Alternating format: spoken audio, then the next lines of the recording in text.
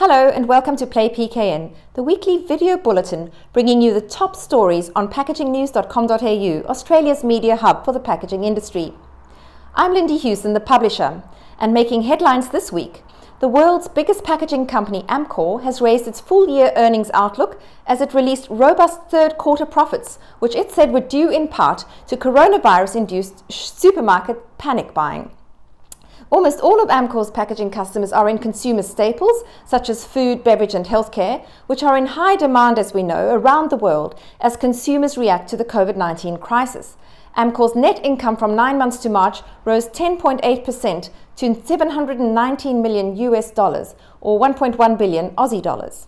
More news from the big end of town. Another major packaging player, Visy, has offloaded its Penrith factory in a $17 million sale and leaseback deal that will see the company continue to run a glass sorting and recycling operation from the premises. Visy is taking a 7-year lease on the warehouse on the site.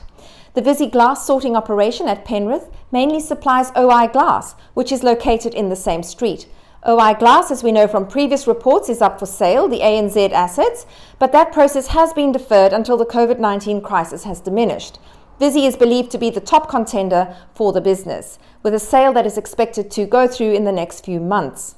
UK company Ravenwood Packaging, meanwhile, has announced that it is establishing a new subsidiary in Australia. It has appointed Sam Aloshi to be the company's Asia-Pacific Managing Director. The packaging and labelling company specialises in linerless labels and pack inspection systems. Now, Sam has got 25 years of packaging experience behind him, packaging industry experience, and his most recent role was as head of site for the retail-ready sector for Coles. Retail-ready operations for Coles. On the sustainability front, meanwhile, the Australian Packaging Covenant Organisation, APCO, has launched a new guideline for compostable plastic packaging in partnership with the Australian Bioplastics Association, the Australasian Bioplastics Association, and the Australian Organics Recycling Association. Compostable plastics currently account for around 0.1% of the plastic packaging on the market in Australia, so relatively small, but it is a market that is growing and one that causes tremendous confusion for both the industry and for consumers. Now, the new guideline is called Considerations for Compostable Packaging, and it's a practical resource that is designed to help industry professionals like packaging technologists, packaging designers, also brand owners and food service providers. It helps them to decide when it's appropriate to use certified compostable plastic packaging and associated items such as compostable cutlery.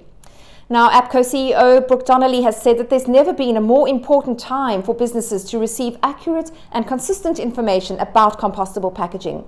Brands are now facing intense consumer pressure to move away from plastics, and thousands of Australian food outlets are turning to takeaway packaging now for the first time. And while we're on the subject of plastic packaging, APCO has launched a social media campaign in a bid to build awareness of the need to return soft plastics to the Redcycle collection bins, which are stationed at supermarkets like Woolworths and Coles. On LinkedIn, it is challenging individuals to demonstrate their practice of collecting and recycling soft plastics.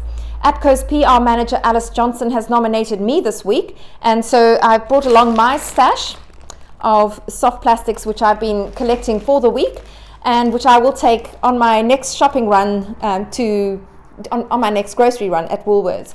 Now, I just wanted to point out that packages like this one from Arnott's, makes use of the Australian recycling label, which you can see there, and that tells the consumer quite clearly that this pack can be returned in store to the Redcycle recycling bin. I'll be taking these along, as I said to you, and this is probably telling you way too much about my work from home eating habits over this period of time. That's it from me, Lindy Hewson, signing off. Remember, stay safe, wash your hands, and recycle your soft plastics.